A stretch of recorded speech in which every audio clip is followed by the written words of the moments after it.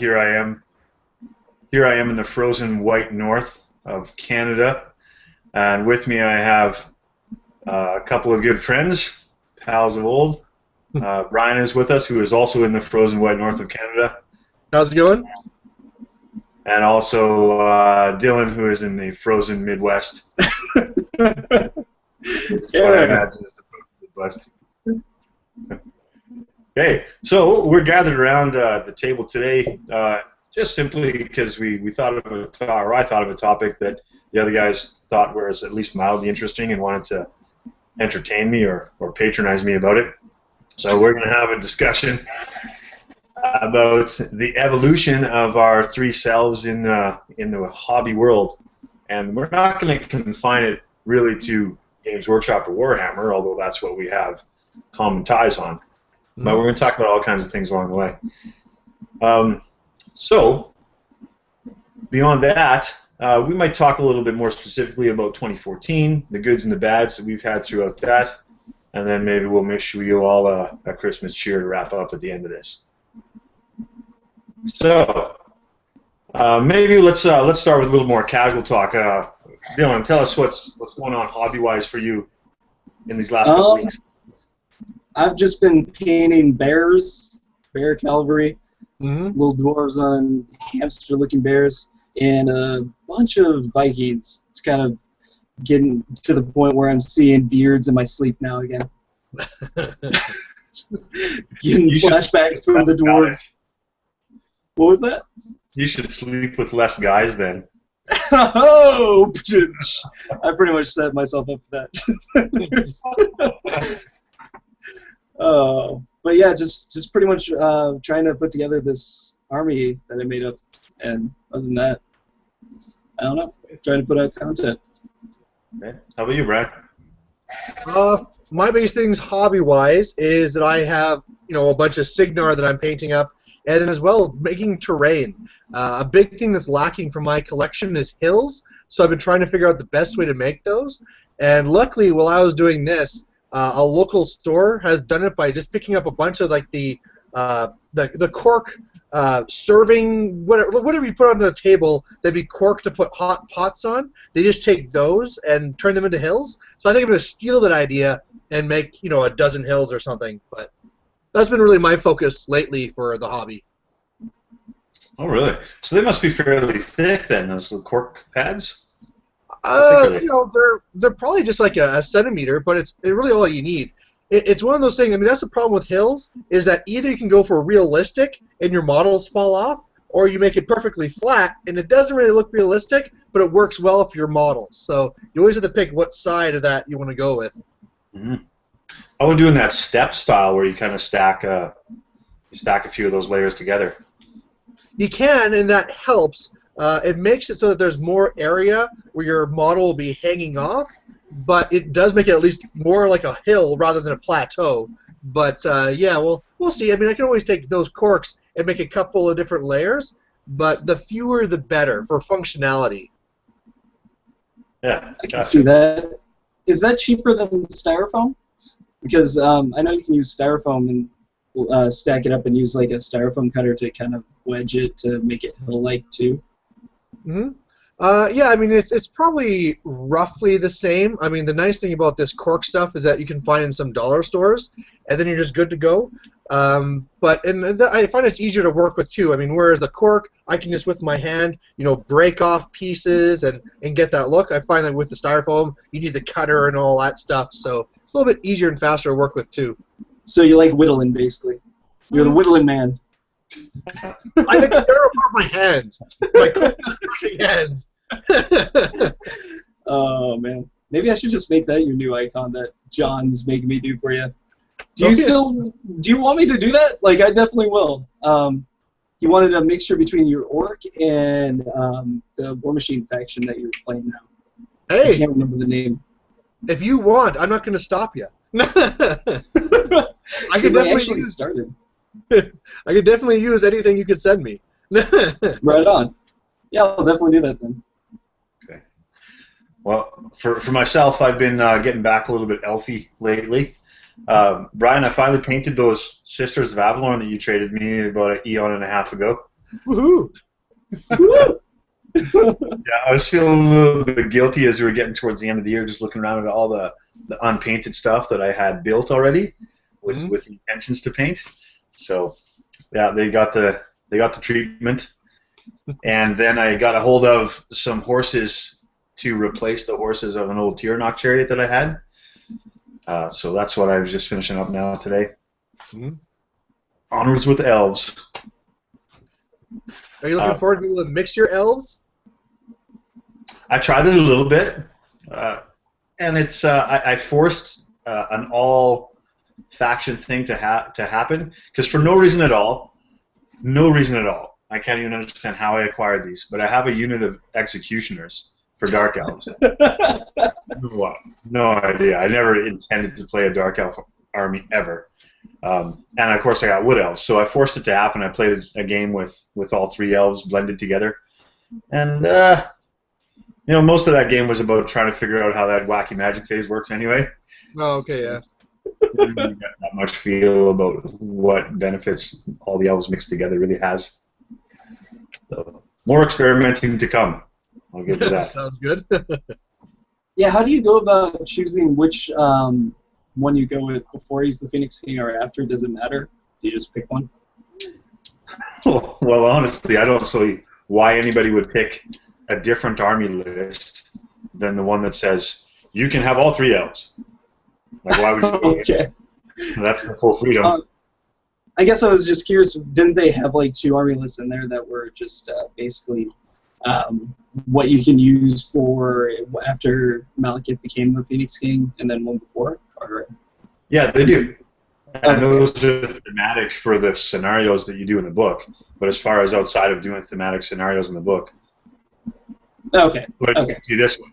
Unless you really want to play with Corhill, who only exists in the Tyrion army list, then why would you restrict yourself to the one that says you can have High Elves and Dark Elves, but no Wood Elves?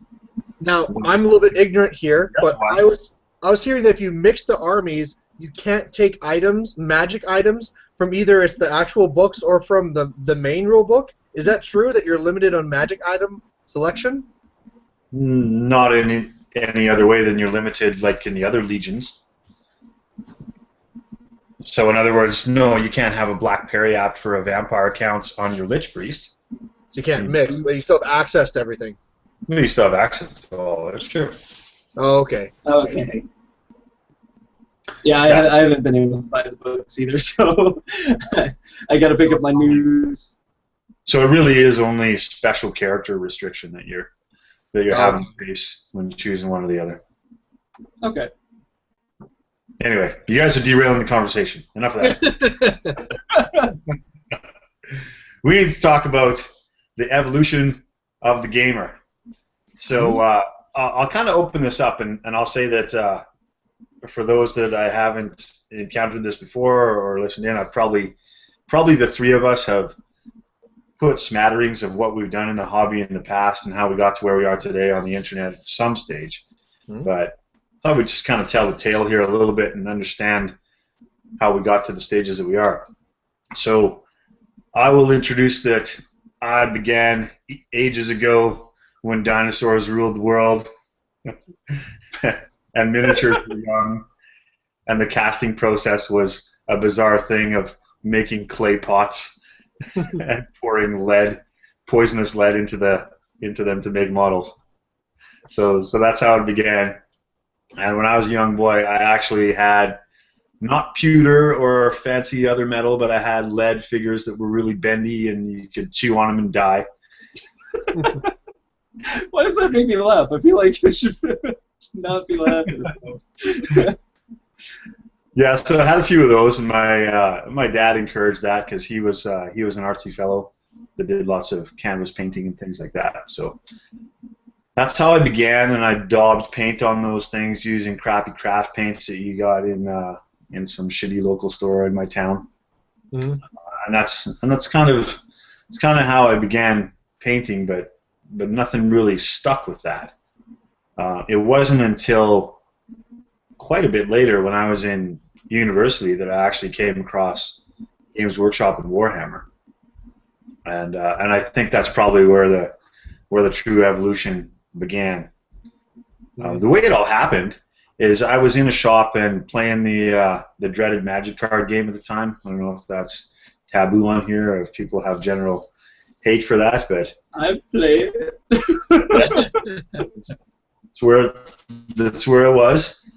And so I went in there on one day expecting to play lots of Magic card games, but I found that there was a bunch of jackasses that were hogging all the tables because they had these miniature games and scenery on it. And after my first initial impression of what are these bastards doing taking up my space, I lingered around and had a conversation with the guy, because here's the thing that was really key, is those guys that were doing the miniature game, and there was 4 of them playing a multiplayer game, were actually genuine, engaging people. And I'm going to go off on a tangent here and say that I think that's why Warhammer stuck for me initially out of the gates, because they were engaging people, and I think that I would still say to this day that guys that do Warhammer in the miniature game are that kind of person, as opposed to the elitist guys that want to have their own club and their own little conclave together and not let any outsiders in. How do you guys feel about that aspect? Go ahead. Go ahead. All right. Basically, I was thinking it kind of works both ways. I think when you have people that are at game clubs and stuff, they tend to be more open and they want to get a community going. And usually those are people that are getting out there trying to sell their product, because they know if they don't have other people to play Warhammer with them, then they're going to have all these models and have nothing to do with them. So it's in their best interest to do that. But it can also go the other way, too, where people just kind of keep a small secular group of people and just kind of round about with their game group. My thoughts on that, I mean, I never played Magic, but I played other card games, and the biggest difference is, I mean, if I go into a store and I see all the boxes of Magic cards in the back, as opposed to if I go to a Games Workshop and they're like, yeah, come in, let's do a demo game, right? It's so much easier as a new player to get into a Games Workshop game through their stores, as opposed to doing to a hobby store and just seeing boxes of cards, and it's kind of like on your own to go and try and learn the whole system. See, we don't have a fancy GW store in Iowa. The closest one was in Minnesota or Chicago, so I don't get to experience this greatness you guys have. No. Okay, well, Dylan, bring us to the tale of you and what to the point where you encountered Warhammer and latched on. Oh man. Basically, my brother and I used to play all kinds of strategy games. We'd just buy them. He was really into them, so I followed along in suit, because as the younger brother. And as we were doing that, we kind of got into car modeling, and our dad would put us in competitions where junior competitions, so we could compete with other people making car models. And during that, we met this shady kid who introduced us to this weird new game. He didn't have the figures at the time, but he knew the rules, so we were playing 6th edition rules with cowboys and Indians for a while, and using Legos as like the fortresses and stuff. And I remember those being so fun. And so finally, my brother and I saved up enough money to go out and get the Bretonnian and Lizardman starter set, and we started playing from there. And then this shady Troy kid just kind of disappeared, and I don't even know what happened to him after that. So we got introduced by him, and then after my dad saw it was a hobby type thing, he definitely got into it with us, and kind of what changed it from, okay, well, we don't have to do car models together, we can do Warhammer models. And so that's how I got into Warhammer. And then it's just been like a long time since I've been changing armies or like opinions towards it and stuff. It's definitely one of those games that comes and goes sometimes. That's kind of a good tale. I like the aspect that it was almost a family activity for you guys. I hope that there's a lot of other people out there that feel that have encountered that in the same way, that it became a father-son activity or a brother activity, because I think that's pretty valuable. Well, I mean, I think one of the things that's great nowadays is it seems like that's more like the next generation. So I know a lot of other fathers, and we're teaching it to our kids and all the rest of it. But it just seems that, I mean, now there's a lot more, like the Games Workshop and War Machine and all these other games, whereas it seems like the previous generation, they didn't do that so much. So it's really rare to have a case like Whoopies where, father teaches son, and now it seems like it's a lot more common. Yeah, my dad definitely didn't play the game, though. It was too long, and he was impatient to play. He just liked modeling. So he was kind of one of those backseat drivers that would just sit behind you while you're painting. You're doing it wrong. You got to do it like this. This is how you do it right. And so it was kind of stressful, too. I felt like I was like in Hell's Kitchen almost sometimes. Like, I'm trying so hard. Yeah, but I ended up learning from it, so... he taught me a skill that I use now that I would never think that I'd be using or be doing anything like this in the future. Okay, well, how about you, Brian? Let's tell the tale of how you got yourself to the miniature gaming point. Sure. So, it was a little bit with the family as well, but more with my brothers, where we were always competitive and we'd want to try and find some sort of game or we could compete at. So, we got into a couple of different card games, never Magic, but we got into things like Rage with the werewolves and Wildstorm and stuff. We did a little miniature stuff, but it was more like we'd make up the rules. You just go to the toy store, buy some tanks and things, and we'd lay out a little like gaming mat and just like make up rules, like, oh, I kill you on a 4+. And eventually what we started doing is actually more just video games. So for a while, I thought I was going to be becoming more of a video game gamer, but at that time, I started dating my wife and got engaged and stuff, and she had this cousin. It's like, wow, my cousin, he has no friends, but he kind of likes this game, Warhammer. Can you play with him? And so that's how I actually got started with the game, is buying models to play with her cousin, and it was hooked. I took it, showed it to my brothers, showed it to my cousins. We all started playing. And, it's been a big part of my life ever since. So what I read from that is that your wife is actually the pusher in all of this. Yeah, if it wasn't for Beth, my wife, I would not be playing, probably. Maybe I would have found it later, but she is definitely the catalyst that got this all started. Does she ever regret it? Does she ever regret it? Probably. She says yes. Wonderful. That's wonderful, I think. Well, so picking up in Warhammer, I think from there, again, what hooked me just as much as the game and the visual was the guys, and they took me into the fold pretty easily, and I followed along. They were my tutors for painting, for strategy, for army list building, and all that kind of stuff. I think, like most, I was in it for the game at first, and the hobby came secondary. I can recall in my first couple of years of acquiring Lizardmen and building up and painting that army. I certainly didn't shy away from the painting side of things, so that's one thing I do want to say. But I spent all kinds of time scheming about what is going to go in that army list and what magic items to strap onto that dirty slan and things like this. And I recall going to a tournament where I still think to this day, what a cheesy bastard I was. Because at the time of Warhammer, you could.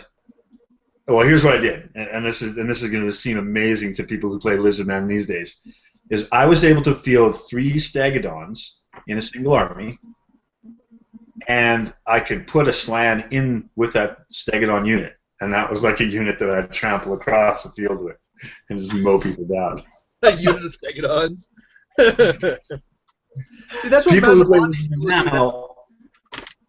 Yeah, and the people who play Lizardmen now also have to realize that the slan back in those days was a combat monster. He was a 8 wound and 8 attack kind of a kind of a bastard. And you could put a magic weapon on him to bring him up to 10 attacks if you wanted to. And then what else did I do? There was something called the Heart of Woe, where if that guy ever died, he would blow up in a radius equal to his starting wounds at that strength. So he would like have an 8-inch radius of strength 8. Jeez. I remember that actually happened to me with my Green Knight. I was playing my brother and I killed it, and I'm like, oh, I killed it, because that thing would always frustrate the hell out of me. But he dropped a comet at the turn before, and so he exploded. I'm pretty sure it was a comet. I'm not sure how it translated out, but I remember there's like 28 wounds on the Green Knight, and I just had to roll 1-1 and you'd be dead. But that's back then when everything was like super ridiculously survivable, so I'm just like, Green Knight lives. Anyways, moving on. If there's one word I would never just use to describe you, Kieran, it'd be power gamer. You know, it's hard to believe a time that you're like, yeah, I'm going to power game this, I'm going to win this tournament. Well, and that's why I wanted to make a point of saying that, because that's part of what I was thinking about when I talked about the evolution. Mm-hmm. And I'm not that at all anymore, at all. And I think back upon that as a little bit of a dark time where a piece of my heart just has a little black scaly piece inside of it. Dark ages. Yeah. I feel like there's a time for everyone when they get into that point too.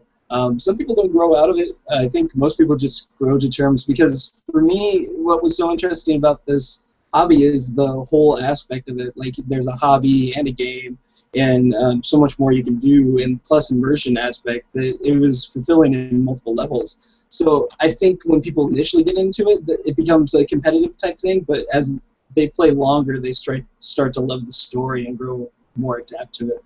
Or at least that's what I've kind of seen, because I was definitely more of a competitive player back in the day. I don't know about you guys. Well, Brian, my perception of you is, from what you described, is that you encountered this game to be competitive with your brothers. Yeah. And that's remained a fairly important part of it for you, hasn't it? Yeah, so I mean, it has changed over the years. So at first, it was really about the competition, but really thanks to the local group, like out of the basement, saying, hey, if you want to play at the tournament, you have to have a painted army. And at first, I hated painting. I would do anything to avoid painting, but really because of having to do painting for that or do painting for GW events in the store, I started getting used to painting. Started falling in love with like the 40K orcs, doing a lot of converting there. So I started liking the converting part of the hobby, and then now I've been in a cycle lately where it goes on and off. That for a while I like to do janky fun stuff, and then I get really ultra competitive, and then janky fun, and then ultra competitive. So it's kind of like in a stage of flux right now. But definitely I enjoy the hobby part, like I'm painting right now, way more than before, or I just would never even touch it. Yeah, and that's an encouraging thing. Dylan, do you think that you were more hobby involved with your family than you were gaming involved, even from the outset? Yeah, by far. My brother and I would play a lot, but it was more about just kind of doing it as a family thing with everything. And then when I did it by myself, it became more of a game aspect. That's when I got the dwarves and started getting competitive with them. But that didn't happen until like later. And then I got out of it pretty quickly during 7th, midway through, and I've just pretty much been hobby-based since. And I play games for fun, but it's not that big of a deal to me. Like, I can adjust to the player I'm playing. If they want to play competitive, I can play competitive, but otherwise I just normally like to do, use fun things that people normally don't use. Like your Horde of Forsaken, right? Yeah, like a unit of 40 freaks. What's going on here? But, I found that I get more enjoyment out of the hobby when I'm doing something that I'm passionate about or interested in. Like this whole Crusade army that I'm making, the Viking army, it's definitely drugged me back in a lot stronger than I was before, because I was kind of waning a little bit during the end times. But I'm definitely rekindled back into it, and that's where I'm kind of realizing it's not just a game, it's more. And you pretty much get out of it what you want at that point, too. Absolutely, yeah. Yeah, and I think that's the wondrous thing about this is you can, for the sake of this Games Workshop style hobby and any miniature game, you can take from it any of the very different aspects, whether that be creatively, competitively, or socially. It has it all. Absolutely. I think that's one of the challenges too, because there is so many different types of gamers that you have to learn to respect the kind of gamer you're playing. It's something I was developing, and I learned from watching Valorian too, because I watched him develop it. It was strange. It's like Valorian said it the best way possible, and it kind of just clicked in my head, where I was like, oh yeah, I get it now. Where it's you kind of play to the opponent you're playing. You don't necessarily, if it's a new player, you're not going to go in there and kick his ass. I mean, that's not fun for anyone.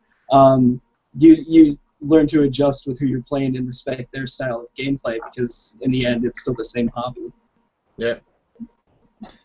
One thing that goes through over the years is that gamers who enjoy the hobby more for the hobby, like they like the painting, they like to do the converting, they stay in the hobby a lot longer. Whereas the people I've known where they just do it strictly for the competitive nature, they really hop from system to system a lot more. You know, just like, oh, you know, I'm going to go back to Magic, and now, okay, now I'm going to go over, I'm going to do X-Wing, now I'm going to do this. And it just seems like it's that hobby factor where you're in it, you're invested, you're painting, you're converting, that really helps keep you with that one system. Agreed. Absolutely. And those are also the same kind of guys that I think are raging on the internet right now, because there's a change in how Warhammer gets played, or there's the threat of a new edition, and these kinds of things. Mm-hmm. It's those ones that are only interested in game and competitiveness that are the first to react to that. Mm-hmm. Agreed. Anyway, so I wanted to say that moving on in the evolution of things, I think that a lot of things changed for me from being that competitive, doing janky stuff and unfair things. That really kind of began when I started to work for Games Workshop, and this occurred when I went over to the UK and played some basketball there for a couple of years, but as a part-time thing, latched on with Games Workshop. And it's within that fold that, number one, I got incredible amounts of hobby advice to improve on what I was doing, become more efficient about painting, experiment with things more, and have a drive to get that painted force on there and be creative with it. Mm-hmm. So I'm so very thankful for that, being surrounded every day on a basis while you're at work, sharing hobby and those kinds of ideas was wonderful. It also really spread my appreciation for the social aspects of things too. And this is both good and bad. Like, working in a retail environment where you're representing the company that does this, you are going to encounter people you like and people you don't like. Just imagine any other kind of retail operation. Mm-hmm. Some customers are just going to make you batty, and others are you're happy to spend time with, right? But a lot of hobby relationships were made there throughout the years that I spent doing that carry on to this day as well. So I'm very thankful for that stretch of time. Mm-hmm. Yeah, I feel like that's an interesting way to look at it, is looking at it as a social outlet. I think it makes it more enjoyable that way when you're going to be like, hey, I'm bringing this game and I like this game, but I'm going to be playing it with this person that's my friend, and to meet new people and stuff. It becomes more of a networking type thing, and it also becomes more satisfying, and you're less emotionally invested at that point. It's not like a tournament at that point. At least that's how I felt about it. You guys might have different thoughts. Well, you said something there that I thought was interesting, because compared to my experience where in the Games Workshop store, effectively I have hobbyists coming to me. not in a situation where you're the individual waiting for people to come to you, or I guess the other alternate outlet that I always thought of was guys that go to tournaments, and that's where they make their relationships with others. So I had that luxury of people coming to me as a representative in the Games Workshop hobby. That made it easier. See, I had to sell it to my friends, kind of like drugs. It's like, hey, this is a great game. You want to play it? And then they'd get into it and waste so much money and then leave their armies at my house and never pick it up again. So it's like, ooh, it spoils war. Oh, yeah. But, yeah, that's a lot of my experience with trying to find people to play with. Well, so talk about that for a second, just for the sake of the evolution. Do you found that you were sort of the leader in that, or did it really kind of hinder your enjoyment of the hobby, feeling like you had to do that? I didn't really look at it as a chore at the time. It was more or less just trying to get friends interested into something that I was interested in, which I was really good at for some reason. So I got a lot of my friends into it. It's just the fact that you can't get them to stay. And the same thing happened recently, too, with my brother and our friend group. It's just like now it's frustrating because now we have to bring in people, and it's a lot harder to do when you're not in high school or middle school with your best friends or anything like that. And so, especially since there isn't very many central Iowa tournaments, it's really hard for me to get out and get to a place where I get to meet new people or anything like that. So that's why I started YouTube. It's like, oh, well, I don't have anything to offer, but I'm a big fan, and I know a lot about these other guys, so let's see if I can get something started. And yeah. Well, maybe you need to start your own tournament.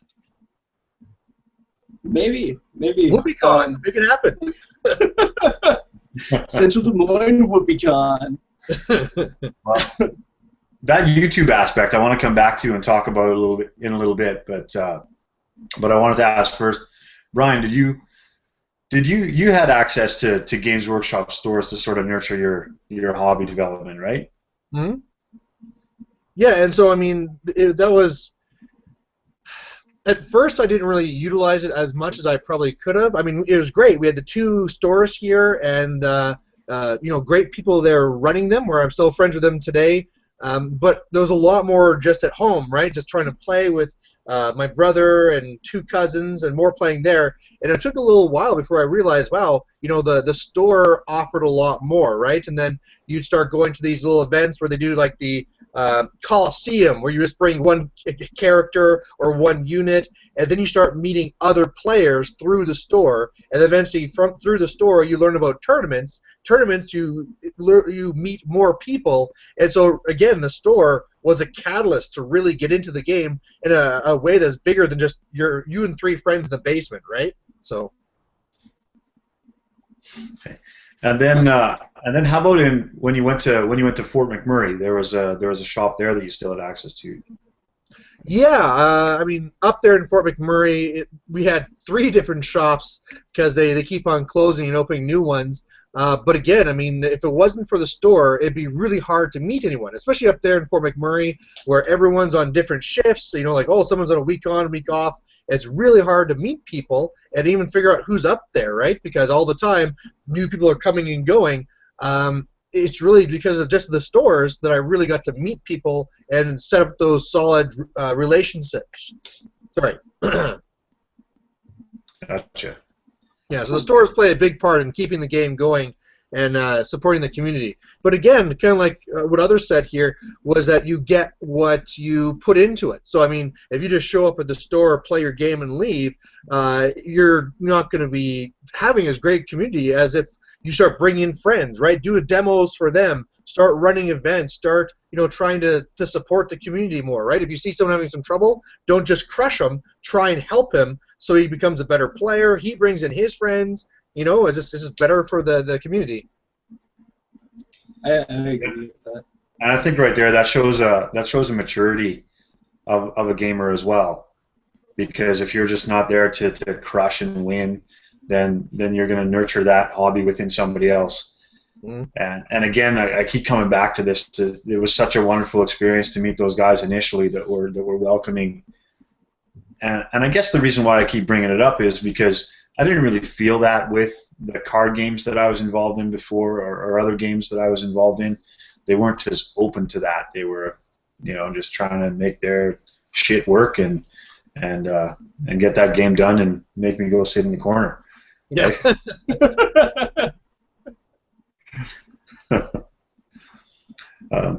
Okay. Well, I want to come back to something that you touched on, Whoopi, then, and that is the YouTube community and the video world that has opened up possibilities for the hobby. So, how has that changed what you do hobby-wise?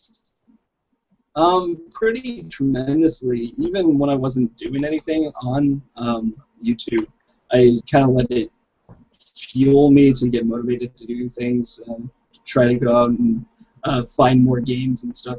So that was one of the reasons I was really into it, because I invested so much money in this product that I wasn't able to use. So it's like, oh, this is great. Honestly, one day I'm like, you know what? I bet there's someone that records their battles. And I typed in battle report, and I was trying to find like cool matchups. I'm like, oh, I want to see the demons fight the undead. I wonder how their unstable rules would like match up and stuff. So I just started searching up random armies fighting each other, and then I came across Malorian, Blue Table Painting, and Once Bitten, and I got addicted to Once Bitten's like crack.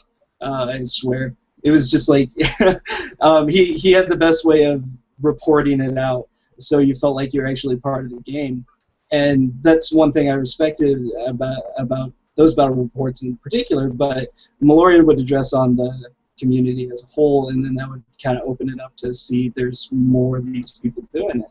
And I always liked that thought, just because I've always gone into the game for the more social aspect of it, because I mean, I just have them in boxes laying around. It's not that fun for me just to do it by myself. So to make friends in it is the biggest part for me, is to have that social part. And YouTube definitely helped fill that line, I think. Yeah, all the paint episodes that you've got going on, I think it really, I can see how that enriches what you do, as well as the let's give you a props right now for establishing that Painters Motivating Painters Google Plus page. I think that's been a wonderful achievement. Has been really soaked up by all kinds of hobbyists that are involved in the YouTube community. And even more recently, let's give you credit for this as well, that it has spawned a cousin, I guess, in a European PMP that is launched. So can we call it a franchise at this point? yeah, might as well. I'm planning on making merchandise at one point if it gets big enough. But honestly, I was really surprised at how fast it grew. It was just an idea, and I love that, because the whole point of it is, it's like, if it's just me, it's not going to be a good community. Like, people have to be fueling each other, and it's like once people got on, they just understood it right away and just started posting their stuff up, and I didn't have to delegate as much as I thought I was going to have to in the beginning. Well, I mean, the hobby players are no different than the competitive players, right? So where, like I was saying, if you want more players in there, you need to do demos, you need to bring people in.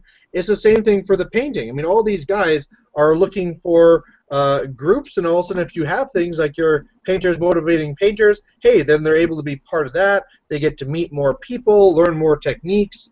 You know, it just, everybody starts supporting everyone, right? And it's a lot better for everyone. Absolutely, and that was kind of my thoughts just coming into YouTube. I wanted to be more about that. That's why it's kind of hard to get content, because I'm kind of like one of those people that likes to get everyone up and together and trying to advertise each other's stuff and say what's going on, because I care about what they're doing. I don't know why other people wouldn't. So that was always what I wanted to do, is try to get something where everyone's kind of motivating each other to move on. So Painters Motivating Painters just sounded like a good idea, especially since Warhammer Weekly wasn't going on at the time. Okay. Well, Brian, I know that you've done a number of videos in the past about how your evolution with the YouTube happened, but maybe you can just give it a brief summary here for those that haven't encountered. Sure. So, I mean, the way that it evolved is that before I was on one of the forums, I was on Warseer, and what I would try and do is, I would be wanting to share tactics and army lists, because again, sharing battle reports, not only do other people get entertainment from that, but as well, I improve as well, because if I make a mistake, they can say, oh, you actually should have done this, or even tactical mistakes, then like, oh, did you think of doing this? So you kind of like give and get at the same time, and then through Once Bitten, that's when I learned about, hey, making reports on YouTube is a good idea, and then start making them on there. And then all of a sudden, it wasn't just the people on Warseer I was sharing with. All of a sudden, I started getting comments from people from, like Norway and Russia and wherever, right? So a lot. I guess, I mean, they still have access to the forums as well, but you got a lot more interaction with a larger group. Because, I mean, there's so many different forums, whereas YouTube is kind of like a more singular place people go for videos. And then, of course, I mean, one of the best things that happened with the YouTube is because at first it was kind of like a solo journey. When we started doing more interactions, right? When I started doing more interactions with Once Bitten, and then Anthony, and then all the rest, and started to make, the YouTube channels talking together as well, that really helped. And because, again, I mean, making YouTube videos, for the most part, especially starting out, it's not worth your time, because you're putting hours in trying to make sure you take the pictures, making your battle report, you put it up, and then people tell you it's crap, right? You get like 10 views and like downvotes and all these things, and it's really when you're getting that support and interaction with other players, you start, like, hey, you know what?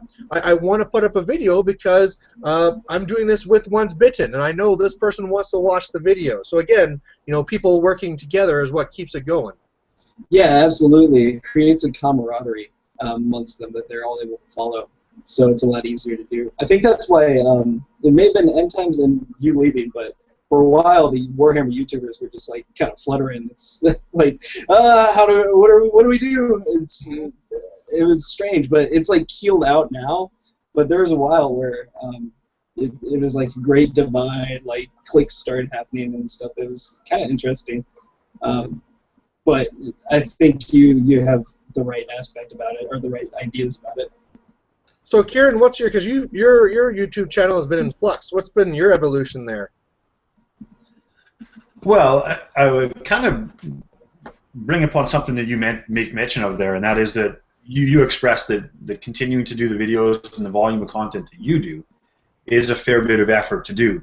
But I don't know if you outwardly said this, but I get a sense from you that you feel that there's a sense of obligation to your viewers that you've developed over this time, right? Yeah, absolutely. And that's part of the motivation. I guess I've never felt that sense. I've never felt that sense that I'm. Well, I want to say this in two ways. One, I don't feel terribly obligated, because this whole YouTube experience for me is just initially drafted up as a retrospective for me to think about my involvement in the hobby. Okay. And something to look back upon when I can't paint anymore and I can't see the sword on the model or something like that. Right? But secondarily, I also think that there's sometimes where I think, does my content have any value? Like, does it have enough value to put my thoughts on the internet and spout off some nonsense for the sake of people to reply to it?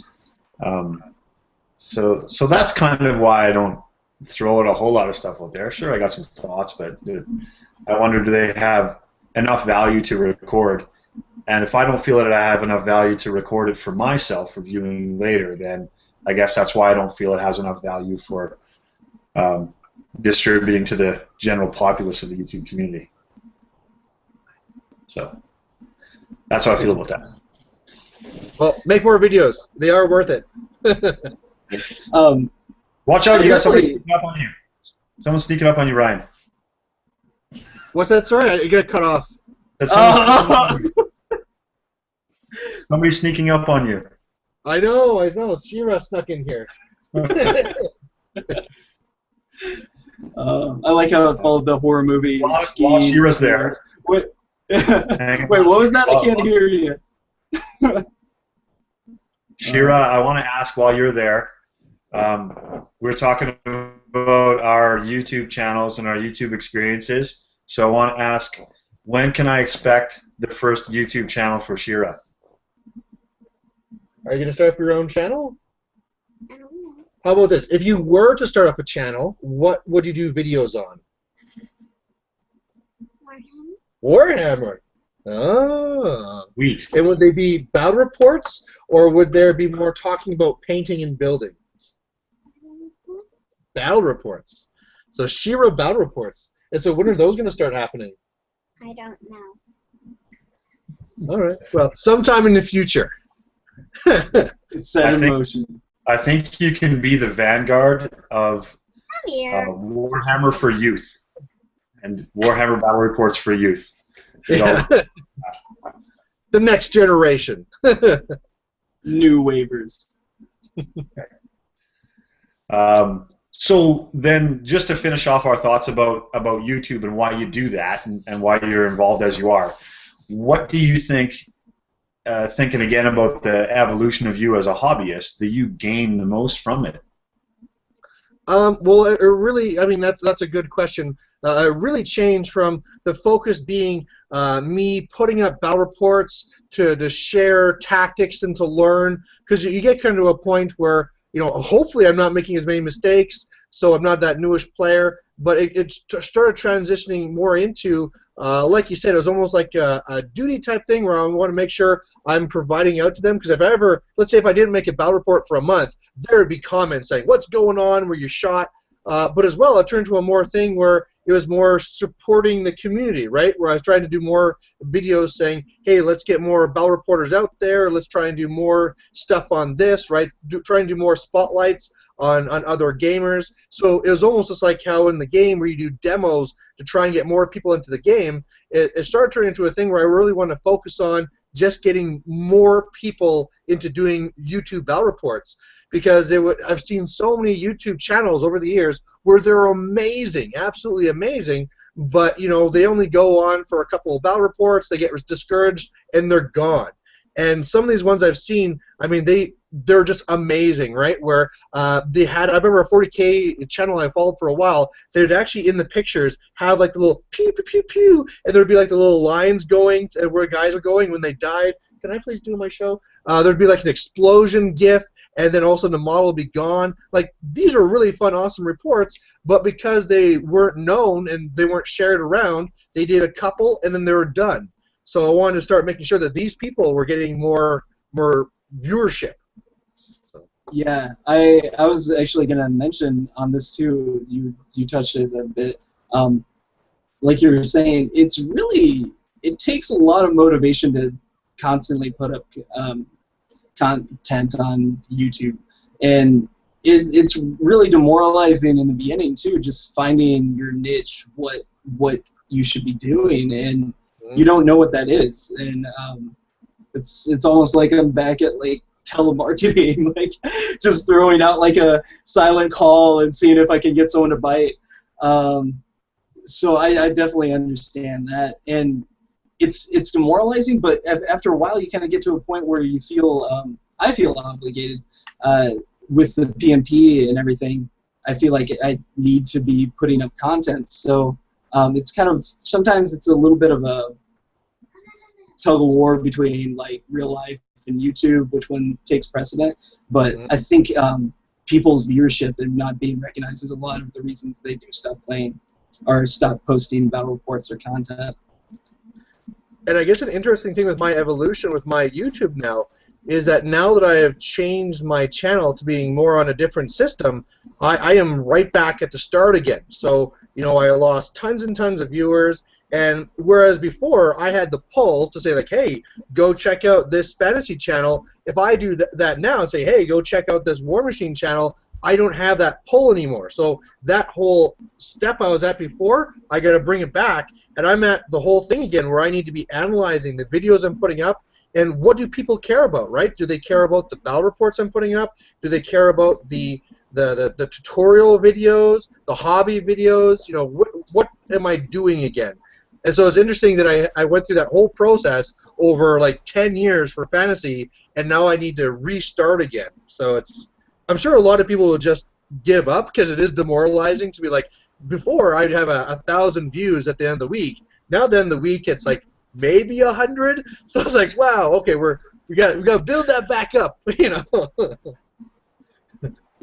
Yeah, I can definitely see that. Even going from a hobby aspect to the part of the game, if you're not talking about the competitiveness of the game, a lot of people just drop off. They're like, I don't care.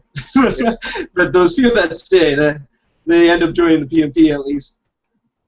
And I mean, and then that's where we get back to why you're doing it. So, I mean, why am I still doing these reports? And it's really just because, hey, this is what I love, this is what I want to share, and it's all the way back to when I first did the fantasy ones, where this is where I'm trying to share the ideas I have. People are sharing their ideas with me. I mean, I'm at the stage now with this new hobby where I'm still making a fair number of mistakes, so I'm learning off the people that are commenting my videos that, hey, you cheated here, and you know, I just ignore the fact that they say I'm a cheater, and like, okay, good, I learned something. You know, it's back to that stage. I was always curious, Kieran, maybe you've experienced this too. At what point did people start getting pissy with you, or just mean in the comments? Has that happened, or? No, not really. Well, I think why is because the kind of stuff that I put out there on video are very different than what Brian does, and that is that I initially just did hobby-related videos saying this is how I do stuff, and I paint models, and this is how I convert things. So I'm not really coming back saying that I don't get anything that says, oh, you cheated because you put two models together that shouldn't have been put together. You're gonna break down Games Workshop, man. Why are you doing this? And I only did a couple of battle reports.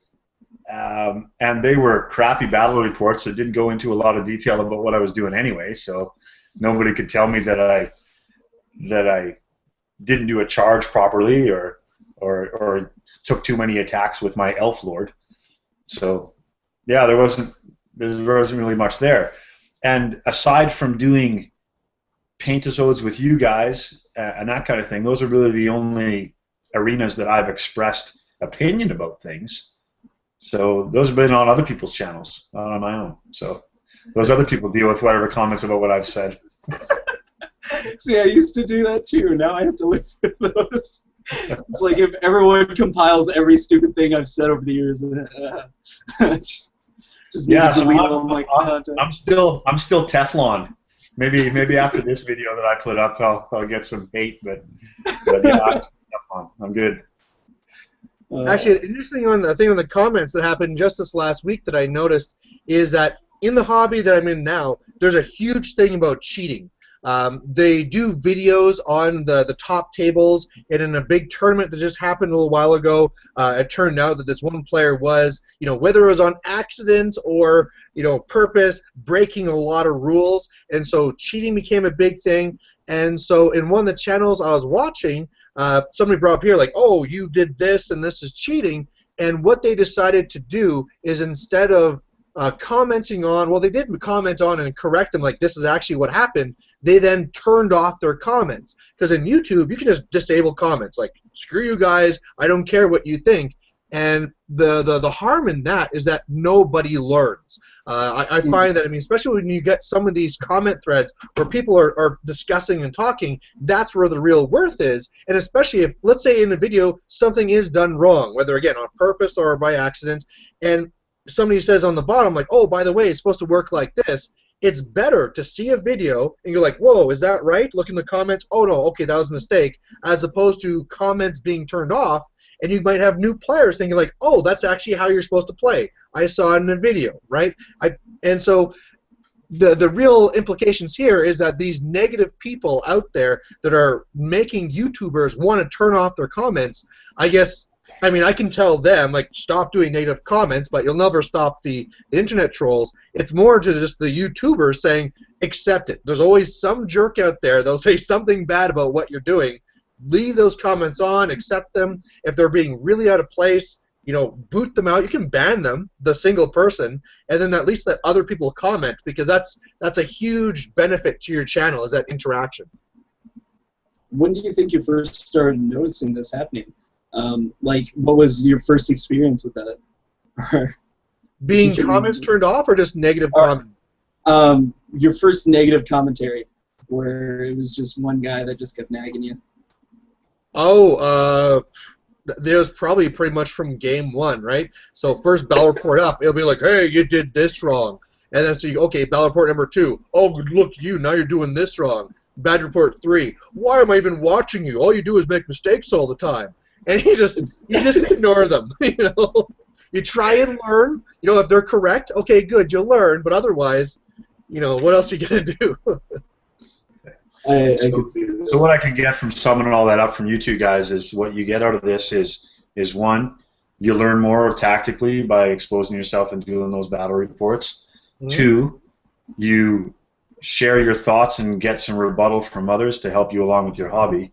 And 3, you really feel like that you're doing a service to the hobby as a whole by making this YouTube content. Yeah, I agree. Yeah, definitely. Would you summarize anything else, any other aspect that you feel you really get out of it for yourself? I noticed the biggest point where I realized I was invested and I'm having to actually stay to it is people were upset because for me it's YouTube. I'm like, if I have life things, I gotta go take care of that. But when you change the schedule around on people and they first actually get upset, it's not like they're pissed off at you. They're just disappointed that they couldn't see your work. That's the point where you realize, okay, I didn't realize I was this thing that was going on, or that people actually respected what I said. And that was a huge eye-opener for me as far as like my place here, because I was here since the beginning of the Warhammer YouTubers and when you guys first started getting together. So it's just crazy now that I'm a part of it. It's a huge revolution. I don't know if you've ever had any comments like that, but I've had a few just for a couple of missed shows where people are just like, oh, well, I just really wanted to watch it, or oh, that's extremely disappointing. And those are the worst comments for me that actually keep me going. They're helpful, I guess, not bad. Well, that sounds like you're just coming back upon your sense of obligation to the community now that you've become something that people want to tune into, right? Yeah, absolutely. So that's the burden you must bear now. Well, I guess you didn't really experience that, Kieran, did you? You said that it's pretty much a separate entity, but Brian, did that happen to you? Is that what brought you in so closely, or was it just personal choice? Sorry, could you just rephrase that one again? I guess did people be actually caring about what you said reinvigorate you to keep doing YouTube stuff, like get past the demoralization and all that? Yeah, I mean it's kind of hard with that too, because I mean a lot of times people will watch your videos or read your report if it's a written thing on Warseer, and they won't even give that comment, right? So sometimes all you can really get from that is you're feeling good because you see views. But it definitely seeing that interaction where they do write and like, oh, thank you for making the report, or you know, especially when there's other threads that say like, hey, you know, you should go check out this Malorian guy. He's a good one to get these reports from, or stuff like that. You know, that definitely gives you the good boost. But I don't know. It's almost one of these things that you just still have to within yourself to say like, no, I'm going to keep on doing this. I'm going to keep on doing this, because that's not going to come for a long time. You know, you got to do a lot of videos before people start caring. You know, it's almost one of the problems where we have people like Once Bitten and before myself, where because you only have so much time to watch a video, it's like, oh, well, I'm going to watch my Once Bitten video, I'm going to watch this, and then so if there's a new guy that comes around, it's like, well, I'm already watching these guys. And so, again, it's really hard to make people realize, like, hey, you know, like, watch this person's report. He's actually really, really good.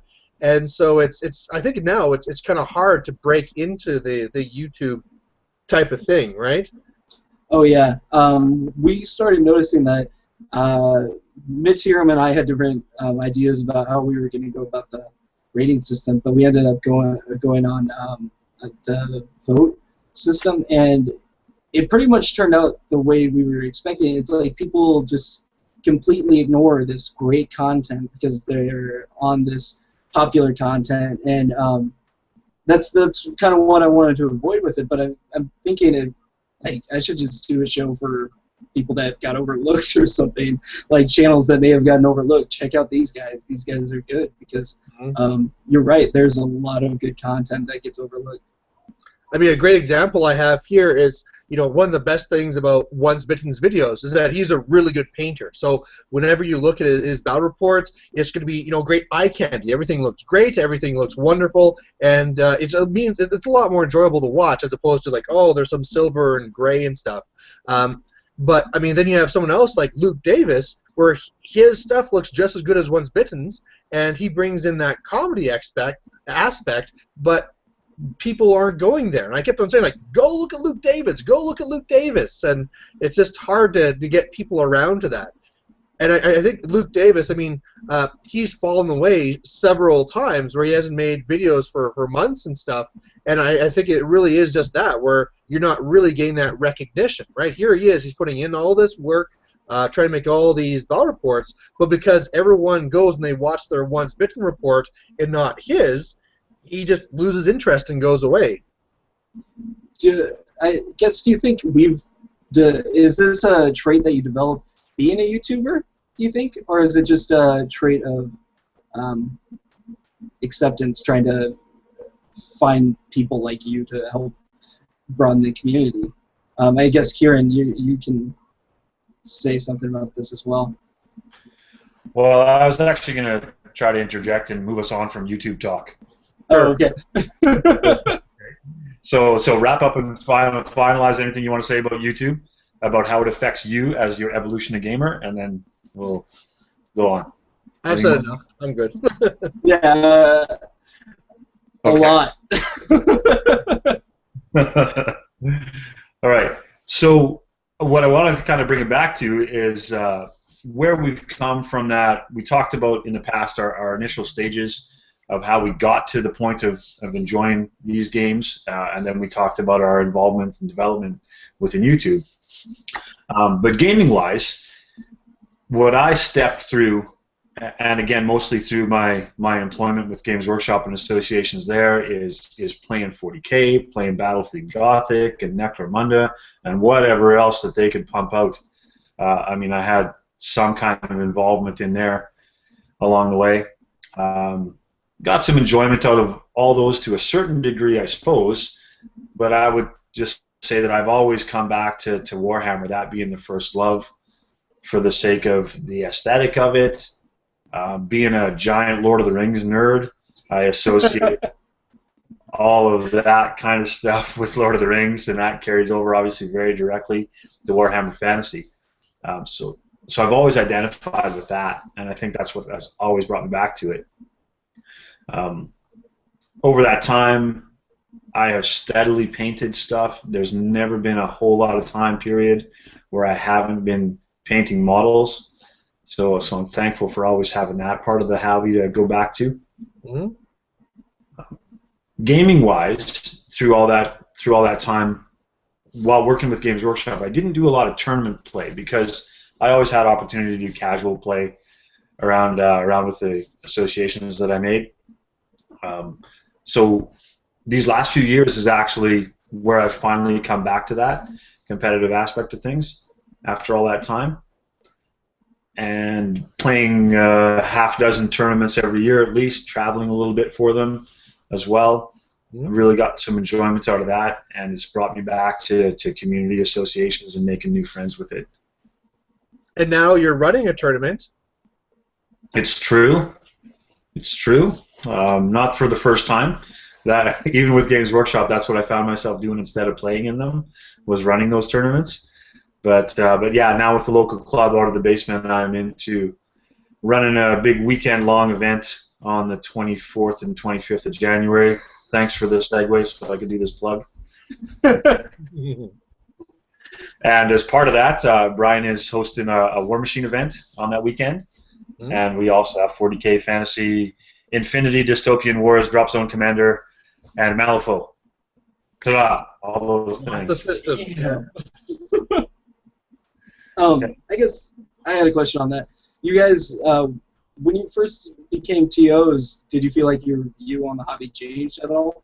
Or was it just like, I'm a TO, this is cool?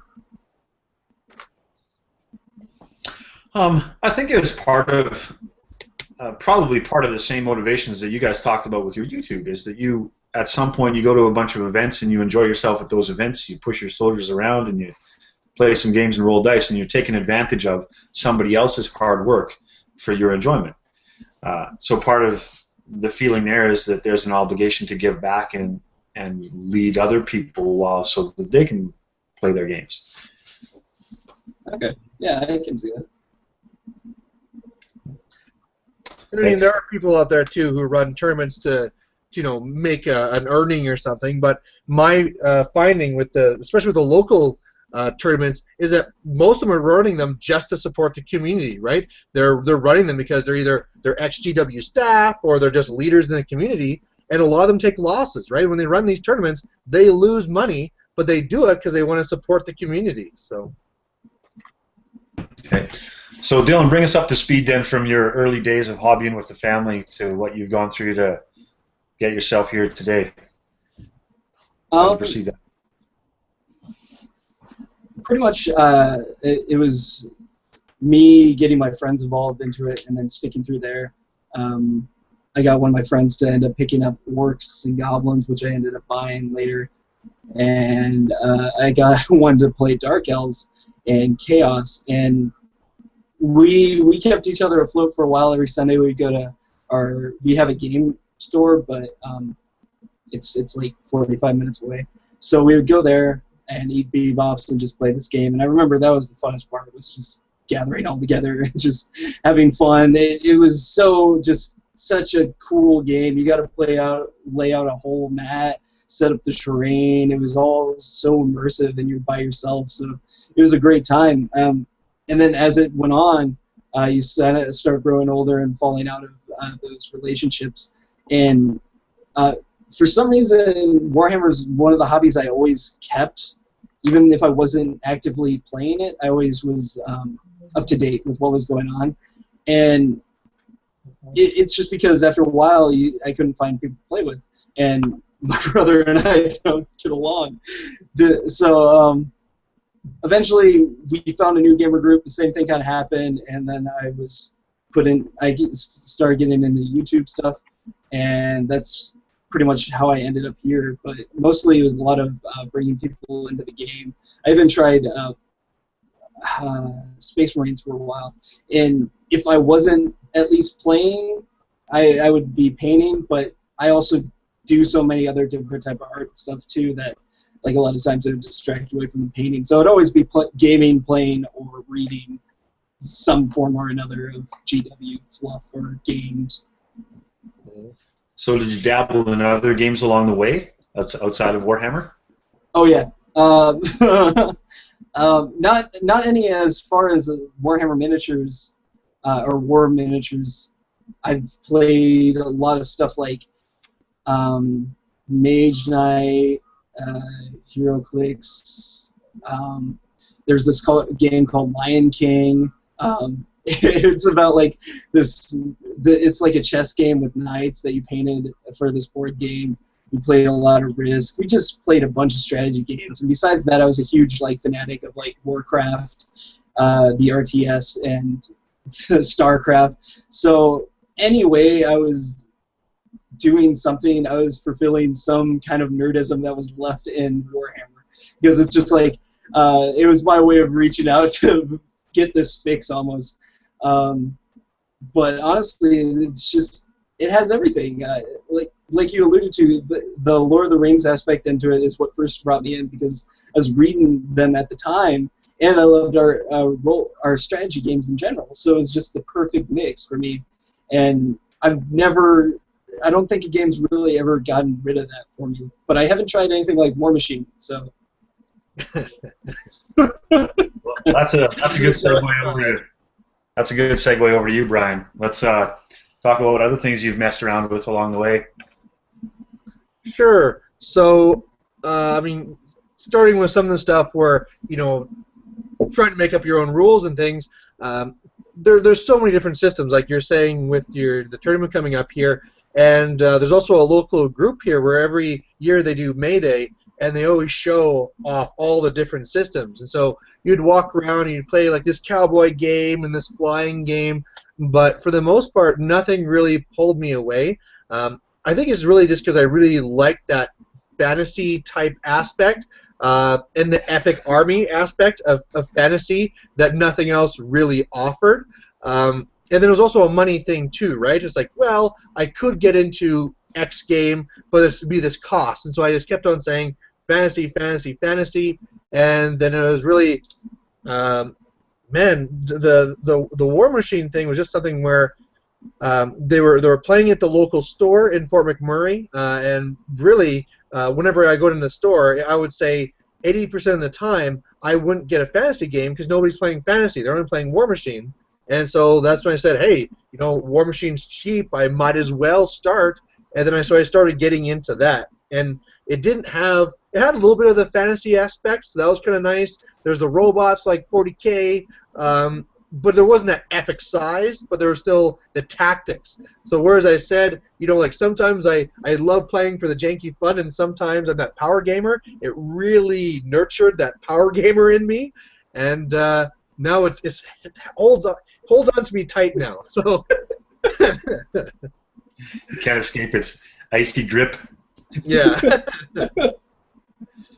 Oh man. Okay, so let's bring it all ahead to this recent year. So here we are at the closing in on the end of 2014 in the year of our Lord Adam Domini. So let's think back more specifically about this last year that's happened to you guys, and how do you feel, maybe in a general sense, of how you evolved in the hobby in this past year specifically, but maybe also touch on what you did uniquely for the first time in 2014 hobby-wise that you hadn't done in the past. Dylan, you want to take the lead on that one? Let me think about mine. Do you want to go first, Brian? Sure, I could do that. So, I mean, the big thing for this year, which is why I put my thing as saying Malorian the Traitor, is whereas forever, you know, War Machine was my thing, and I said I'd never leave fantasy. This was finally the year where I did actually back away, and it was pretty much for me sliding. I guess I'm trying to watch the camera, remember which one I said was fluffy and which was competitive. I slid all the way more to the competitive, and whereas I really, really wanted to make Team Canada for the War Machine side, I found that when I was playing both Fantasy and War Machine, I just could not focus. You know, there's so many rules, and so if I was trying to keep up with all the rules in one, I was forgetting the rules in the other and mixing them up.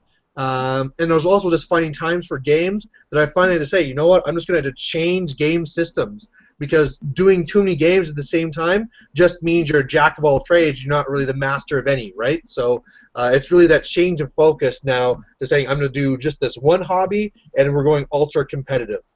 So it's been a real shift, but it's been bringing results, so hooray. You know what, I kind of find that even within Warhammer.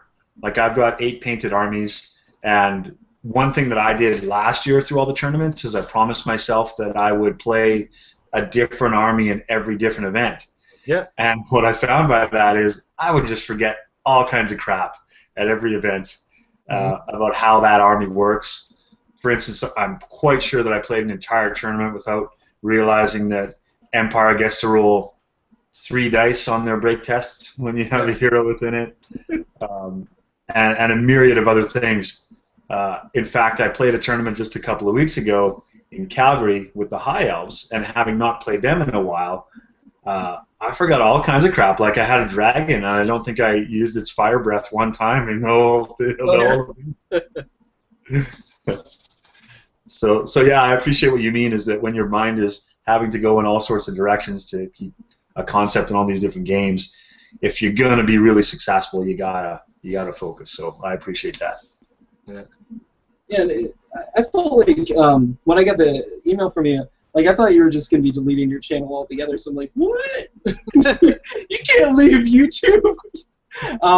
But realistically, you're still there. I mean, people still have the opportunities to get out and talk to you. They're like a lot of people are acting like you're dead. It's just like, dude, he's right there. He's just playing with different models. Come on. Yeah, and I guess for like the hobby-wise there, I had to make that big decision. Do I just want to close the channel? Will that be better? Or do I mean, I don't want to delete the channel because there's a lot of tactical videos that I want to be available to people who want to watch it. But do I want to leave and make a new channel? But in the end, it's like, nope, this is just a shift. People who are interested in my evolution of playing will watch this, and it's been hard because there'll be people that I've been talking to for years where they're always making comments or asking questions, and now they're begging, like, come back to fantasy. It's like, sorry, I've made the decision. I'm going this way. So, yeah. So, do you have yours now, Whoopi? Of what yours was this year? I guess I've had a lot. I feel like even learning, just seeing a wide breadth of different paint styles from the PMP was a really big one.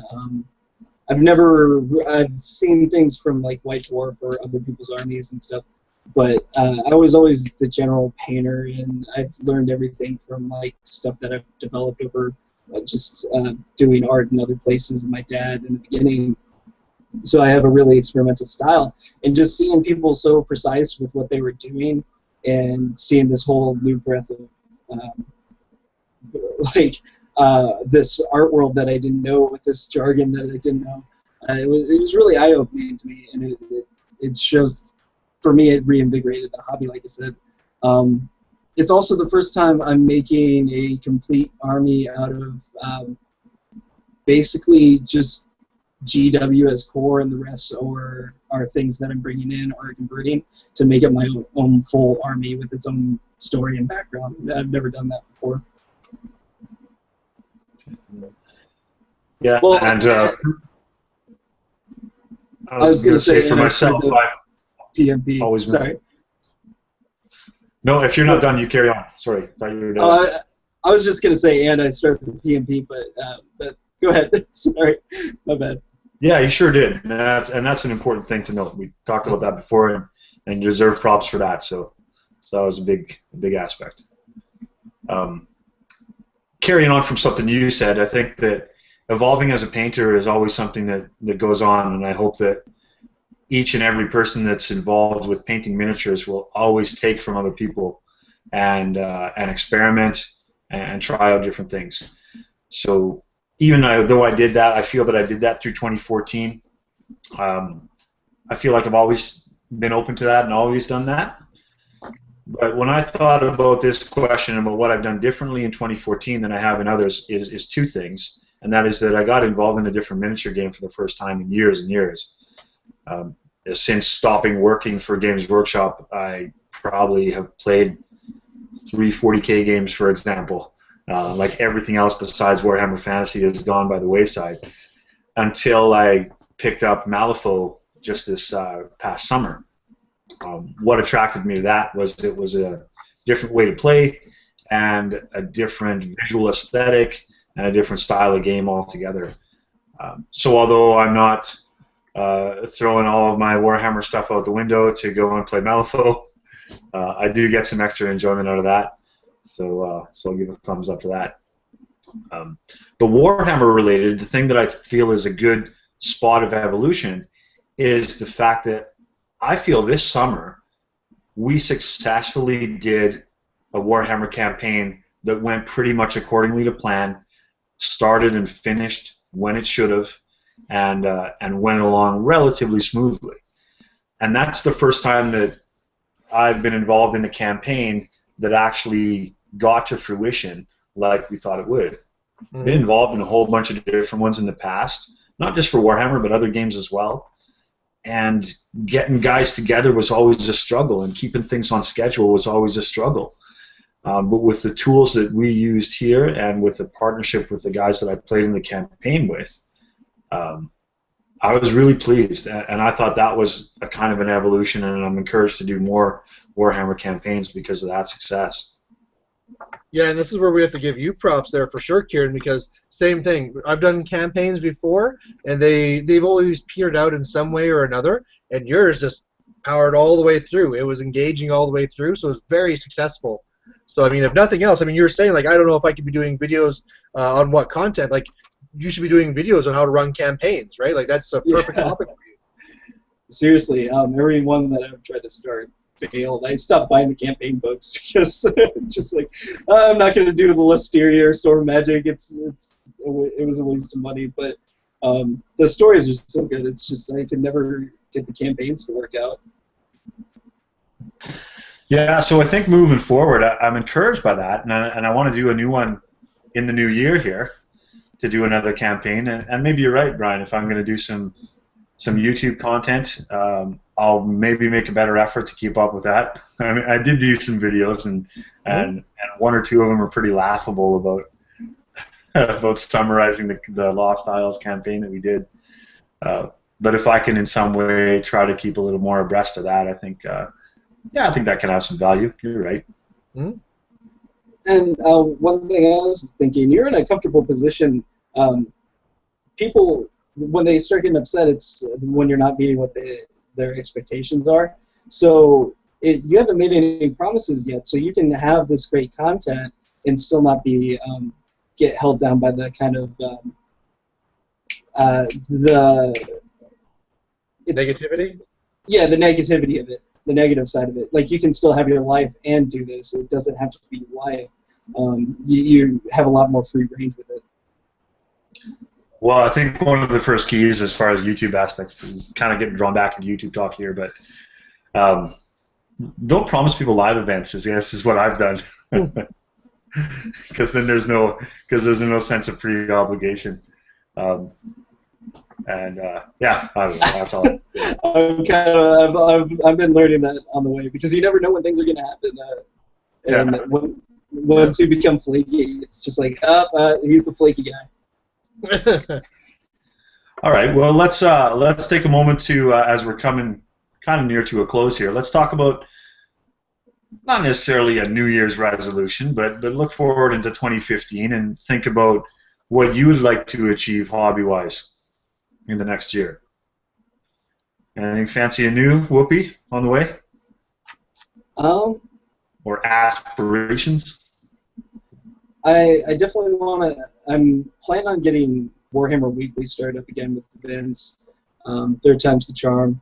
So he came to me saying that he thinks I should bring it back. So I'm trusting him to be relatively there.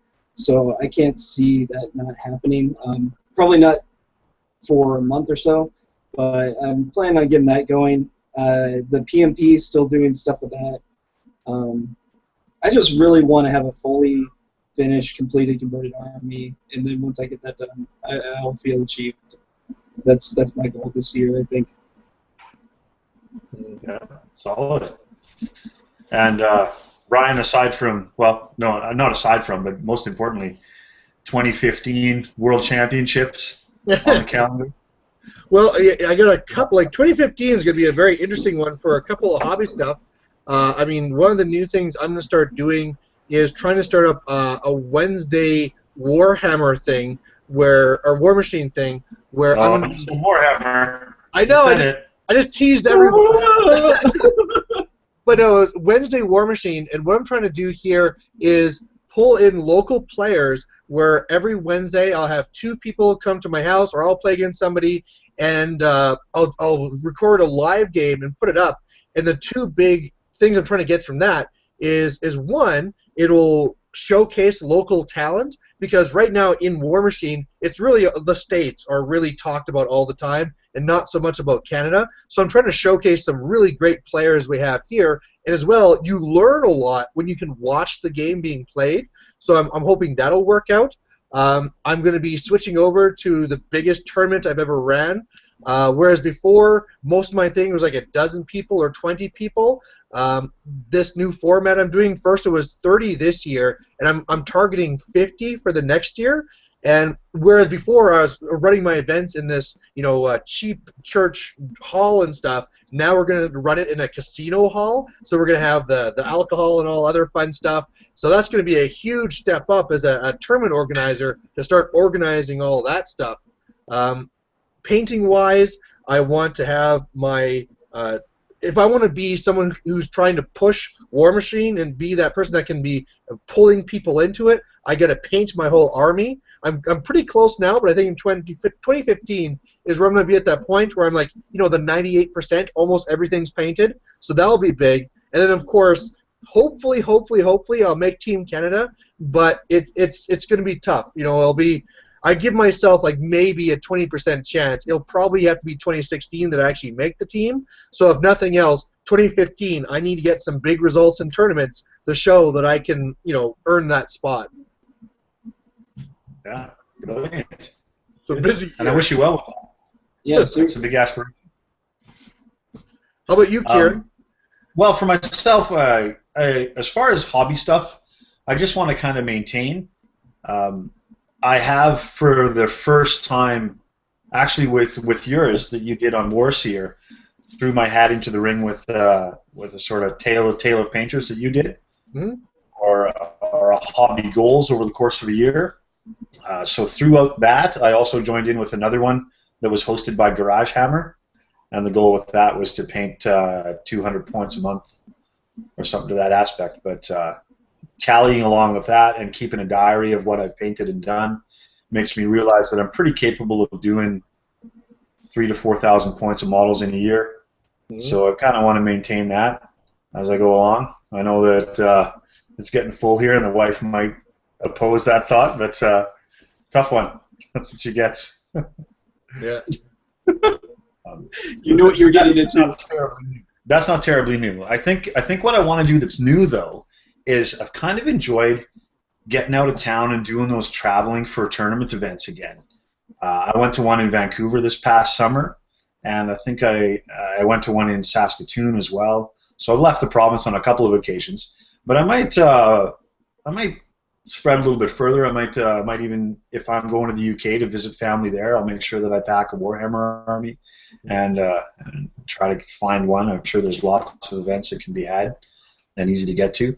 So I think that's what I'm going to try to do. I'm going to try to get further afield with my gaming and experience other gaming events and evolutions around the North America and the world. That's my thing. This will be fun. Yeah, that's an interesting topic too. If you ever decide to go with the YouTube route, you got plenty of content there, just the different regions and how they play and how it compares to what you're used to and not. I think that's just interesting in general. I want to go to UK and play Tyler, or Sweden and play random people. That'd be awesome. Yeah. So, Kieran, any tournaments in particular that you're aiming for? Well, I think I'd like to do the Adepticon. If I don't do that, I think I missed the chance on this year because that one sells out in 23 seconds. Yeah. And that's and I've moved it up even an extra month, so I think that one's going to be a miss. I probably will get to the UK late summer to visit the family over there, so I'll scout out and make sure that I'm well aware of what possibility of events are there for the time that I'm going to be. Will you be the new Canadian ambassador for Brawler Bash?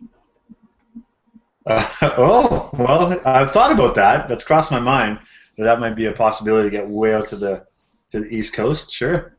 Because it's actually not that expensive. I mean, compared to what it is to fly in Canada, like, it's not that bad. My flight 2 ways last year was, I think it was $600, or no, it was $600 the first year, and then $400 this last year. So it's cheap to fly there and back to North Carolina. Yeah, there's also a couple in Los Angeles and San Francisco that I've kind of cast my eyes upon, and that's a bit of an easier travel because you don't have to take a whole extra day for travel each way. You don't lose a whole day when you're keeping it on the West Coast here. Yeah. So those might be possibilities as well. Well, bring that camera. Make those battle reports. Yeah. Probably just do a little tournament walk around or something like that and get the general feel. Yeah. Just get a GoPro. Put the GoPro on your chest. Done. And just upload the video. I put it on my belt. If I was to do that, guys, I'd put it on my belt so you can have like a tabletop model view of thing. There's a lot of times I had to edit. I forgot bathroom situations and all that. Yeah. Sometimes I tend to get into a little bit of rigorous pelvic thrusting when there's an important dice roll to be had. That might cause a little bit of viewer sickness, motion sickness when I'm doing that. Maybe. That's awesome. All right. So anything else you guys want to say about wrapping up your year of 2014, even outside of the hobby, things you want to share that you've done that's really important this year? Or no, it's all hobby. Never mind about that shit. It's all hobby. It's all about the hobby. Yeah, I mean, I do music and art on the side, so I don't know. It just is what it is. Just moving along with things. Good. Okay. I guess I do have one sort of like ironic thing that happened in 2014 is that I was stuck in Fort McMurray for years and years and years, right? So 8 years stuck up there in Fort McMurray, and one of the things I always said is, okay, when I get back to Edmonton, that will dawn the golden age for fantasy, because then I can get all the fantasy games I want. And what happens in 2014? I get back to Edmonton, and then I stop playing fantasy. So much for the golden age. I guess it's the dark ages. The big city has corrupted you is probably more what's happened. You've been exposed to too much. Yeah, for me, it's really hard to avoid the call War Machine. It's really big down here. It's really tempting. I don't know. Do it. Do both. That's what you should do. Yeah, just get it enough to have like a casual game, and then that sounds good. But yeah, depending on how money goes, I might actually end up doing that. Yeah, nothing wrong with that. You can convert those guys to fantasy eventually anyway. Yeah, you just take them off the base. Take them down from this. No, I don't mean the models. I mean the humans.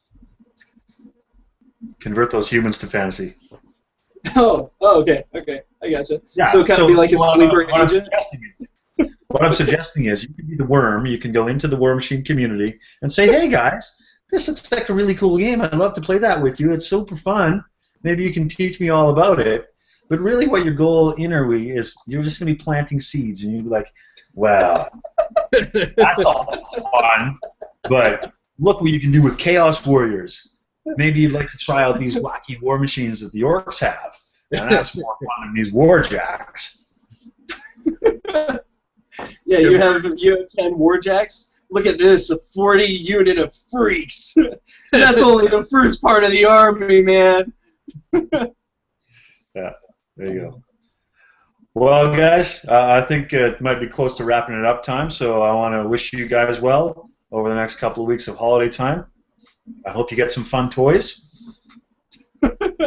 Merry Christmas to you there, Kieran, and hopefully you'll get some more Dark Elves, or maybe this will be the time for you to get some Orcs and Goblins. I have 5,000 points of Orcs and Goblins. Maybe I just need to play with them. That'd be a start. Is that your Christmas wish for me? That I start playing with Orcs and Goblins? That I bring him out of the dark closet? That could work. Maybe I should. I'll get mine out too, and we'll all just make battle reports. The Malorian Christmas present.